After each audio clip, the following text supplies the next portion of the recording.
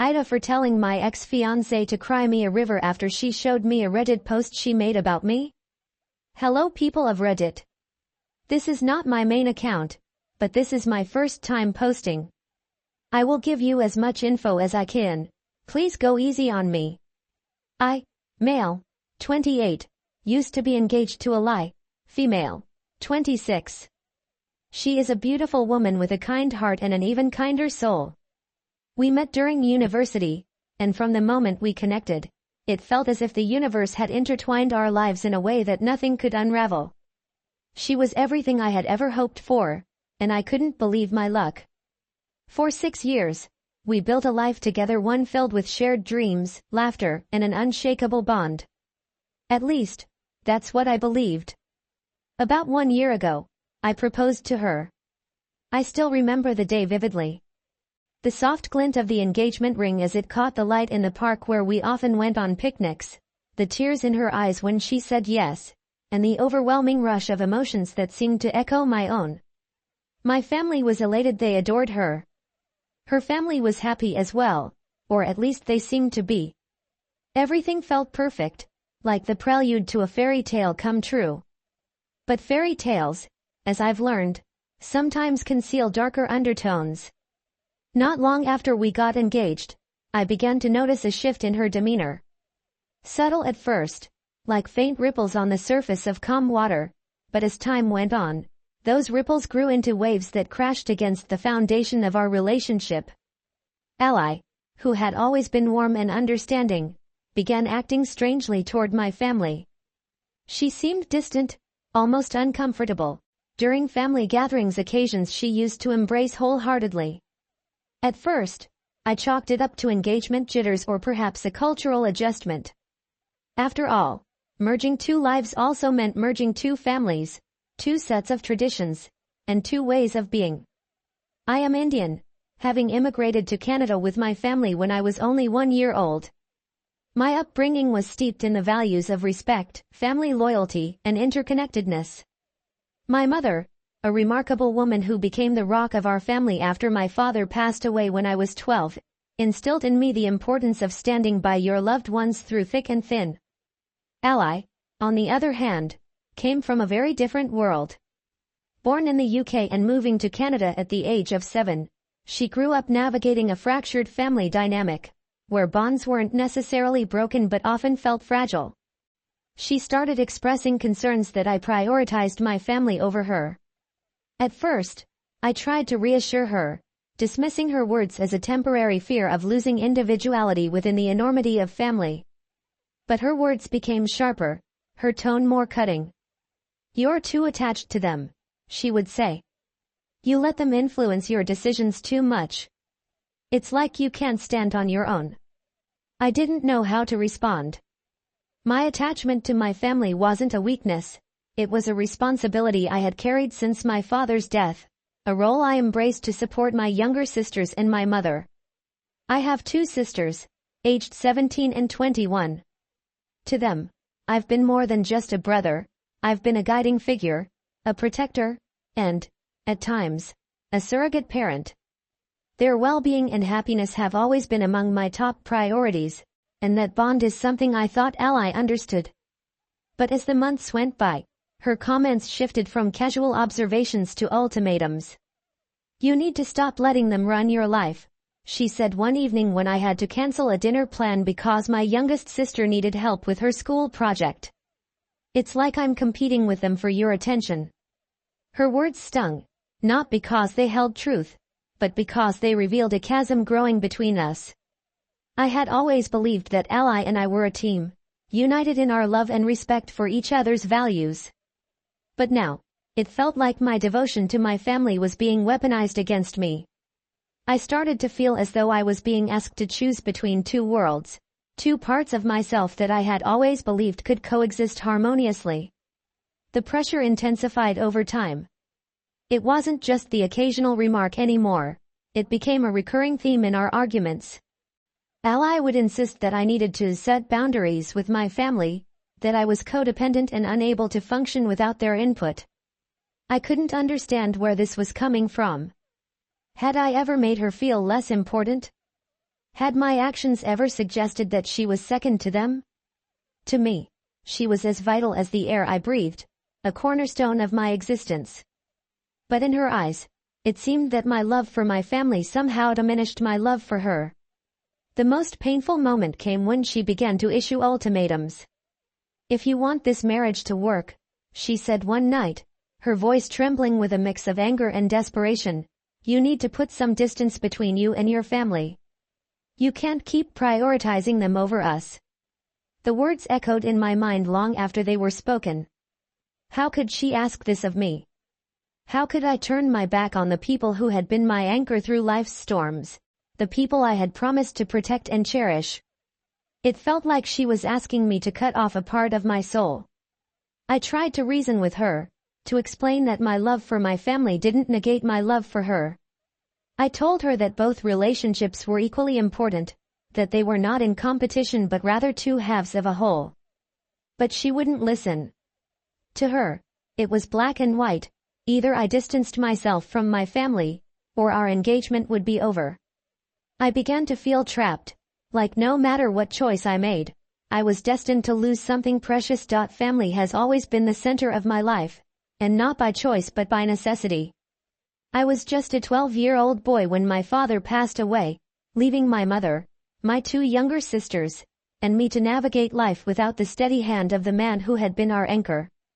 My youngest sister, only 2 at the time, would grow up never knowing the warmth of his embrace, the sound of his laughter, or the lessons he might have imparted. My mother, a stay-at-home mom who had never needed to work before, was suddenly thrust into the harsh reality of being the sole provider for our family. She transitioned from homemaker to breadwinner overnight, taking on long hours at a job she wasn't prepared for, all while still raising 3 kids and holding our family together with sheer determination and strength. The loss of my father forced me to step into a role I never expected at such a young age. I became a third parent to my sisters, especially the youngest, who was still a toddler when our world shifted. I helped with homework, cooked meals when my mother was late from work, and dried their tears when life felt overwhelming.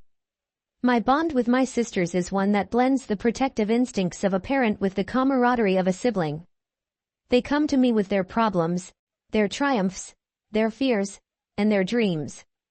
My mother, resilient as she is, often looks to me as her partner in managing the family. To outsiders, this dynamic might seem unusual, but for us, it's simply life as we've known it. Ally, on the other hand, grew up in a vastly different environment. Born in the UK, she moved to Canada at the age of 7 after her parents divorced. While she has a cordial relationship with both of her parents and their respective spouses, the fractures of her childhood are evident in subtle ways. Her father, a kind man with a no-nonsense demeanor, remarried to a wonderful woman who brought light and laughter into their lives. Her step-brother, a 16-year-old with a heart of gold, is the glue that binds their household. He's the kind of teenager you rarely encounter empathetic, polite, and mature beyond his years. Her mother's remarriage, however, is a different story.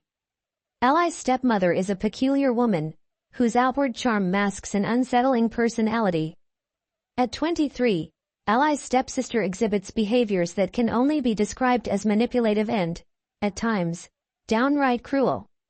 While Ally tries to maintain a surface-level relationship with her, she often finds herself at a loss when dealing with her stepsister's erratic tendencies.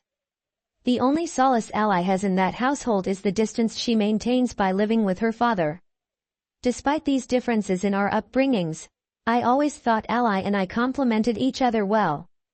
She understood the importance of family but valued her independence, while I had built my life around the concept of interconnectedness. Or at least, I thought she understood. Her family dynamics were more fragmented than mine, but I admired her ability to navigate those complexities with grace. What I didn't realize was how those very differences would become the fault lines that would eventually crack the foundation of our relationship. The first signs of trouble came not long after our engagement. Ally had always seemed warm and open toward my family during our years of dating, but something changed as the prospect of marriage became real. She began to grow distant and critical during family gatherings. She'd sit quietly at the dinner table, her polite smile masking what I later realized was discomfort or disapproval. At first, I assumed she was overwhelmed by the chaos of my big, loud, and affectionate Indian family. My mother, my sisters, aunts, uncles, cousins, everyone welcomed her with open arms. But perhaps it was too much for someone who was used to smaller, quieter interactions. Her subtle discomfort turned into pointed remarks. "Your family is so involved in your life," she said one evening after we attended a family friend's wedding together. "Do they really need to know every detail about what we're doing?" I was taken aback. Sharing the milestones and moments of my life with my family wasn't just a habit, it was a cornerstone of who I was. But I brushed her comment aside, assuming it was a one-off remark. It wasn't. Over time, her comments became more frequent and more direct. "You prioritize them over me," she said after I canceled a date night to help my mother with some household repairs. "It's like I'm competing for your attention." I didn't know how to respond. I didn't see my actions as prioritizing one over the other. To me, family wasn't about competition, it was about balance and inclusion. I had always tried to make Ally feel like an integral part of my family, but it became clear that she didn't view it the same way. I began to feel like I was being asked to split myself in two. My loyalty to my family and my love for Ally felt equally important, but in her eyes, they were mutually exclusive. She started using words like codependent and enmeshed, terms that made me question whether my close bond with my family was a strength or a flaw. "You need to set boundaries," she said, her tone sharp with frustration. "You can't keep letting them dictate your life." The word dictate stung. My family didn't dictate my life, they were a part of it. My mother, my sisters, they had been my constant, my support system, my reason for pushing forward even when life felt unbearable. To Ally, though, it seemed like my love for my family was a threat to our relationship. I tried to explain, to reassure her that my love for her was no less than my love for them, but she didn't see it that way. To her, being the most important woman in my life meant being more important than my mother, my sisters, and anyone else. The turning point came when she issued her first ultimatum. "You need to choose," she said one night after yet another argument about my family. "Either you put some distance between you and them, or I don't see how this marriage can work." Her words were a knife to the chest. How could she ask me to choose between the woman I loved and the family that had shaped me into the man I was? It felt like an impossible decision, one that no one should ever have to make. I tried to compromise. I told her I would make more effort to prioritize our relationship, to carve out time just for us, to set boundaries where necessary. But it was never enough. Each time I thought we had reached an understanding, another argument would arise, another demand would be made. The weight of her expectations began to feel suffocating, and I started to question whether the love we once shared was strong enough to withstand the growing divide between us. Ally's frustration boiled over when she turned to Reddit, seeking validation from strangers. When she later showed me the post, I was stunned. She had painted me as a man so entangled in his family's web that I couldn't see how toxic it was. The comments were brutal. People called me a mama's boy, a walking red flag, and worse. They urged her to leave me, to find someone who would put her first. Reading those words felt like a betrayal, as though the private struggles of our relationship had been laid bare for the world to dissect and judge. The Reddit post became the final wedge between us. Armed with the validation of countless strangers, Ally came to me with an ultimatum that left no room for compromise. "Go low contact with your family," she said, "or we're done." The choice was clear, but it wasn't one I could make. Family wasn't just a part of my life, it was my life. I couldn't cut them off, not for Ally, not for anyone. When I told her no, she left that same night. The love of my life walked out the door, leaving behind an engagement ring and a shattered future. I was stunned as I watched her leave, her silhouette disappearing into the night as the door clicked shut behind her. It felt surreal, like watching a scene unfold in someone else's life, a tragedy that couldn't possibly belong to me. The woman I had envisioned building my life with, the one I had held so dear, was gone, taking with her not just our plans for the future but a part of my heart I wasn't sure I would ever get back. For days, I went through the motions, numb and disoriented. I replayed our arguments over and over in my head, searching for the moment when everything had gone wrong. Was it something I said? Something I didn't say? Had I been blind to her pain, so wrapped up in my own beliefs that I couldn't see hers? Or had she simply misjudged who I was, failing to grasp the depth of my connection to my family and what it meant to me? These questions haunted me, lingering like ghosts in the empty spaces she had left behind. In the weeks that followed, I tried reaching out to her. I called, I texted, I even attempted to speak to her friends and family, hoping someone could help me understand what had happened. But every avenue I pursued led to a dead end. Her friends said she needed space. Her father, usually so warm and approachable, told me in a polite but firm tone that I wasn't ready to talk. Even her colleagues, who had always been friendly whenever I picked her up from work, seemed to avoid my gaze when I showed up unannounced, asking if they'd seen her. It was as though she had vanished, taking with her not just the promise of our future but the answers to the questions tearing me apart. Then, weeks later, she called. Hearing her voice again was like a jolt to my system, a rush of relief, confusion, and longing all at once. She wanted to meet. She said she needed time to think and process everything that had happened. Desperate for closure or perhaps for reconciliation, I agreed. We met at a quiet cafe we used to frequent, a place filled with memories of laughter and stolen glances. But this time, the air between us was heavy, the weight of everything unsaid pressing down on both of us.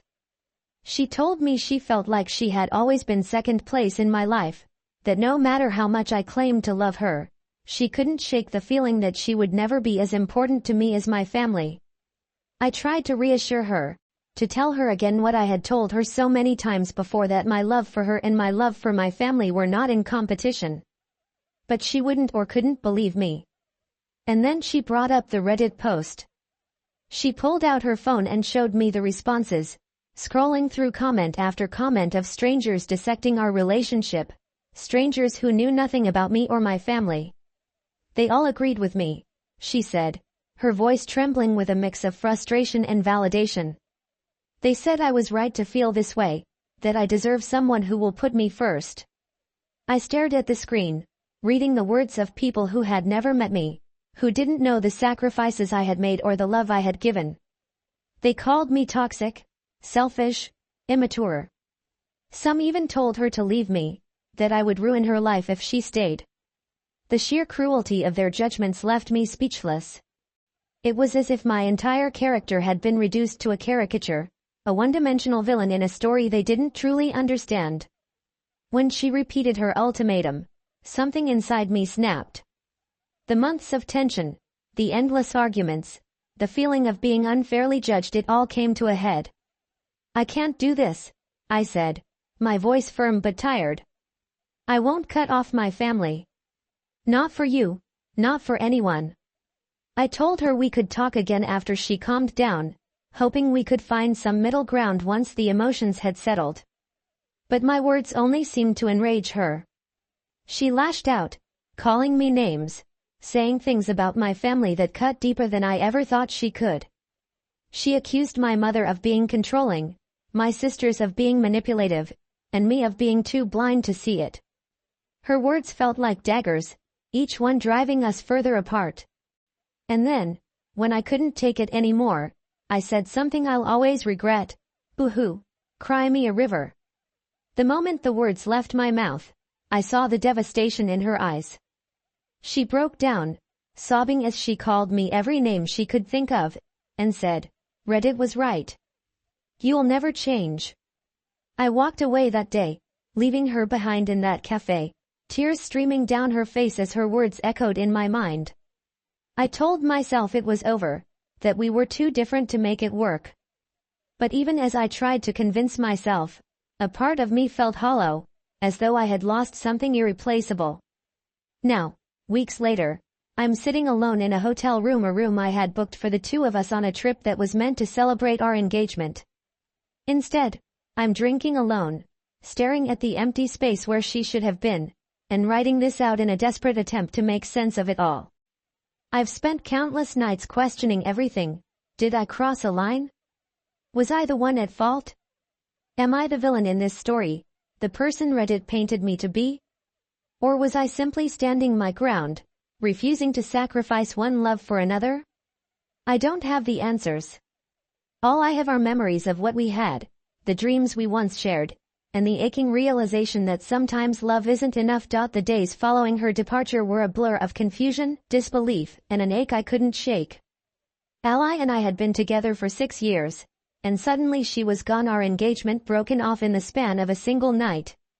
It felt as though the life I had carefully built, brick by brick, had collapsed into a pile of rubble. I loved her, I still do, but I couldn't understand how things had spiraled so far out of control. She had given me an ultimatum, one that felt impossible to meet without severing a piece of myself, and when I refused, she walked away. I had always believed in compromise, in finding the middle ground where two people could meet without losing their sense of self. But Ally didn't want compromise. She wanted resolution, one that required me to choose her over my family. She made it clear that in her eyes, being the most important person in my life meant I had to create distance between myself and the people who had been there for me through every storm. To her, the closeness I shared with my family wasn't a bond, it was a barrier. When I discovered the Reddit post she had made about me, my heart sank. She had laid our relationship bare for the scrutiny of strangers, asking for advice from people who knew nothing about us beyond the narrow lens of her perspective. In her post, she painted a picture of me as someone codependent on his family, someone whose inability to set boundaries was a red flag so glaring that it warranted ending our relationship. Reading through the comments, I saw the harsh judgments of people who had only one side of the story. They called me toxic, selfish, and incapable of prioritizing my partner. Some of them even speculated that I was manipulating her by refusing to change. But the worst part was that their words had convinced her to leave. It wasn't just her own feelings of being second place, it was the validation of countless strangers that made her believe our relationship was doomed. She had taken the opinions of anonymous users and allowed them to drive a wedge between us, turning what should have been an intimate, private conversation into a public referendum on our love. The betrayal I felt in that moment was indescribable. I had always trusted Ally to be my partner, my confidant, the one person I could rely on to work through our issues together. But instead, she had sought validation elsewhere, and when she received it, she left. After she walked out that night, I did everything I could to reach her. I called her dozens of times, leaving voicemails that ranged from heartfelt apologies to desperate pleas for an explanation. I texted her, trying to express in words what I couldn't say face to face. I even reached out to her friends, hoping they might shed some light on what she was feeling or what I could do to make things right. But the responses were vague and unhelpful. She needs time, one friend said. She's trying to figure things out, said another. Her parents, who had always been kind to me, told me she wasn't ready to talk. Even her colleagues, who had always greeted me warmly when I picked her up from work, seemed reluctant to get involved. Each dead end left me feeling more powerless, more lost. I spent countless nights lying awake, staring at the ceiling, trying to piece together where we had gone wrong. Was it truly my fault? Was I so blind to her needs that I had pushed her away? Or had she simply expected too much from me, asking me to sever ties with the people who had shaped me into the man I was? I replayed our arguments over and over in my mind, analyzing every word, every gesture, every moment that might have led us to this point. But no matter how much I reflected, I couldn't escape the feeling that her ultimatum had been unfair. The truth is, I would have done anything for Ally, anything except betray my family. They were my foundation, my support system, the people who had stood by me through every hardship. My mother, who had sacrificed so much to give my sisters and me a better life. My sisters, who looked to me not just as a brother but as a role model and protector. How could I turn my back on them for the sake of a relationship, even one as important as ours? To a lie, my refusal to go low contact with my family was a sign that I didn't prioritize her. But to me, it was a matter of integrity. Loving her didn't mean I loved them any less, and I couldn't understand why she couldn't see that. Weeks passed with no word from Ally. The silence was deafening, each day stretching into the next like an endless cycle of emptiness. I tried to move on, throwing myself into work and spending time with friends, but nothing filled the void she had left behind.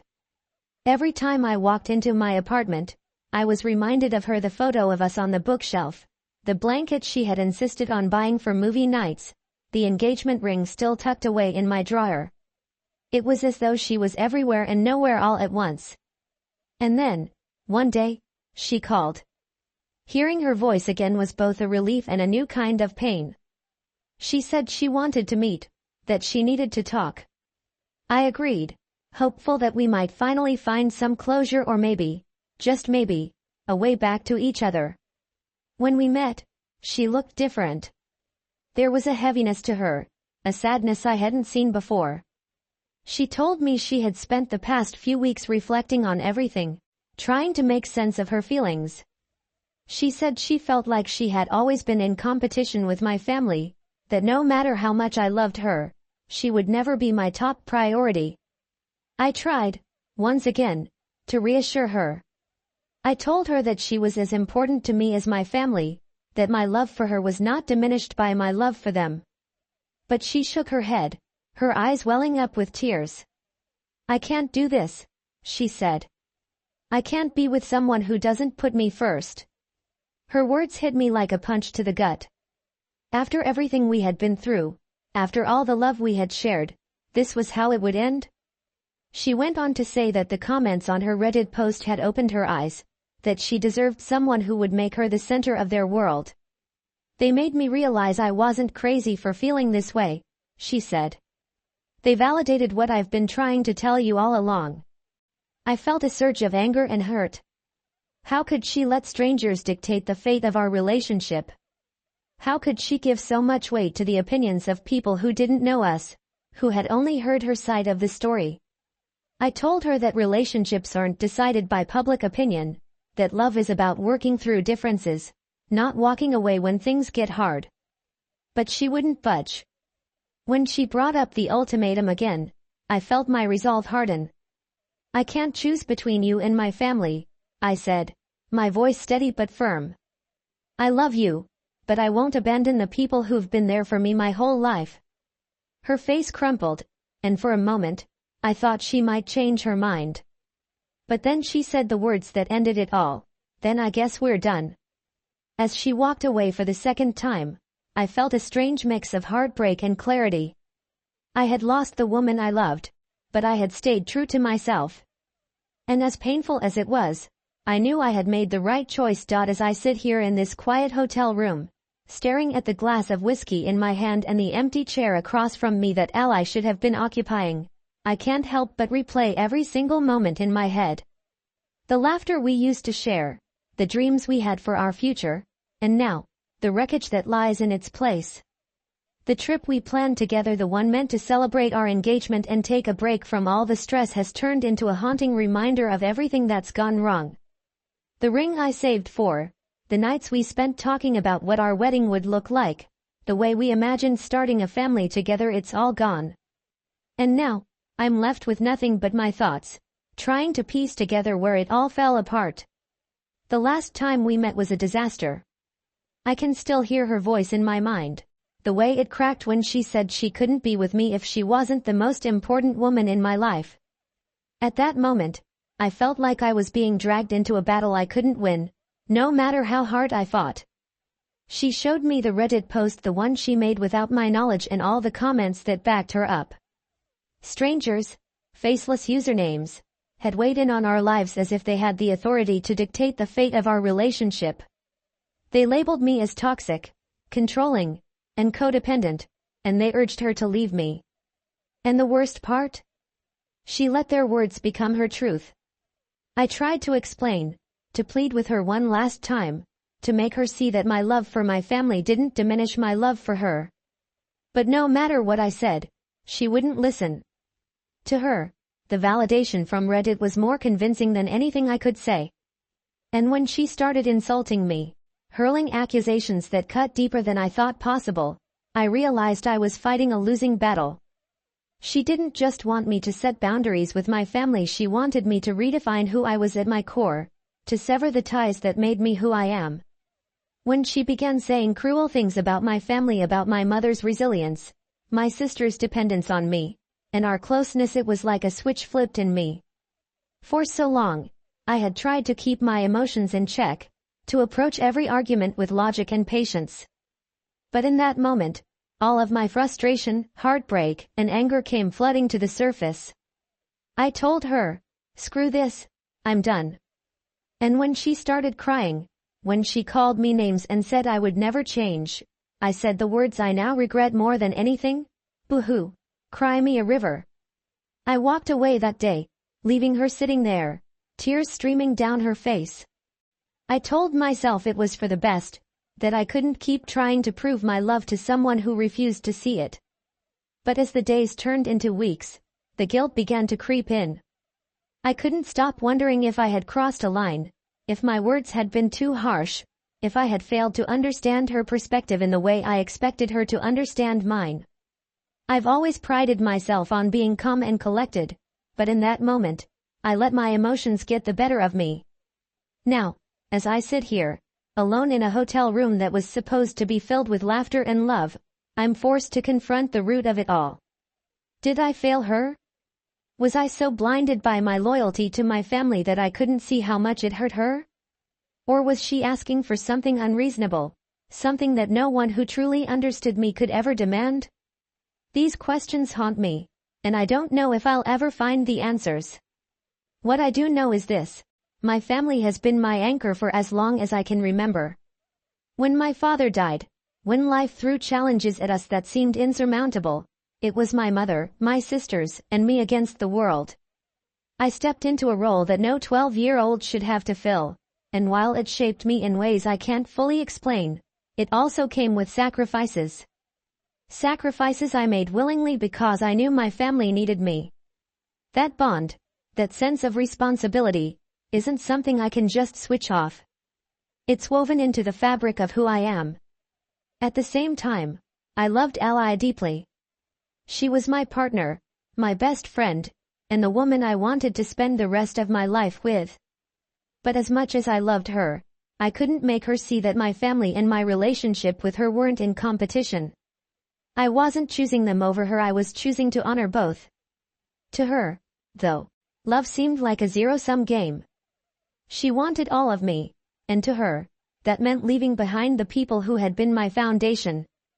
I've spent countless nights reflecting on our relationship, trying to understand where it went wrong.